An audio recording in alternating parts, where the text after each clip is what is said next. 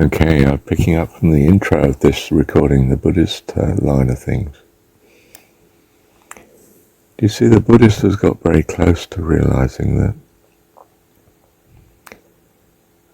what you experience in this material world is only your consciousness, and therefore in some sense pure consciousness is the solution to go to, and pure consciousness comes from an absolutely settled state of mind, able to focus on true reality and to break through to it. Well, that's pretty close to saying the real substance of reality is thought.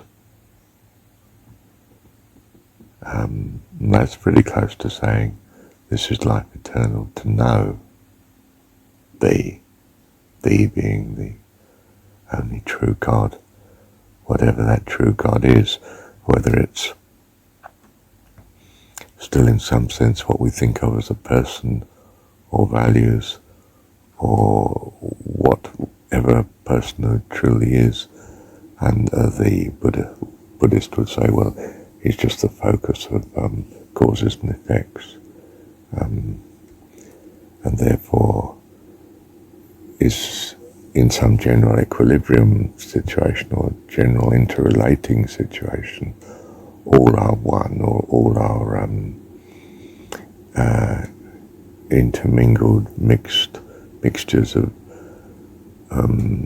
simply crossing points, focuses of all the forces that are.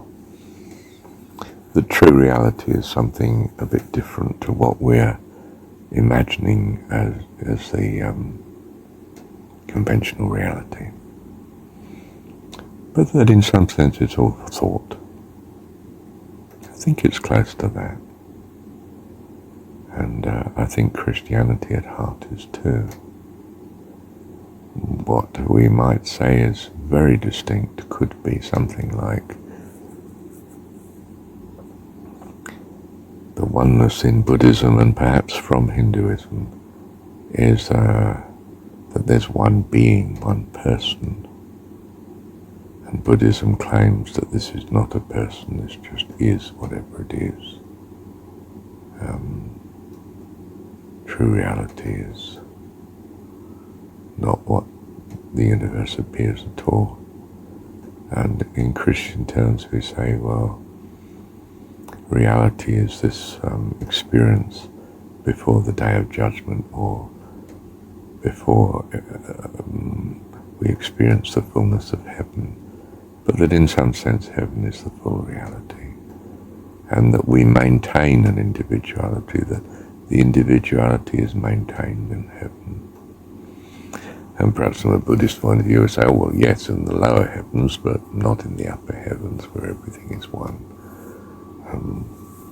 One is one with God.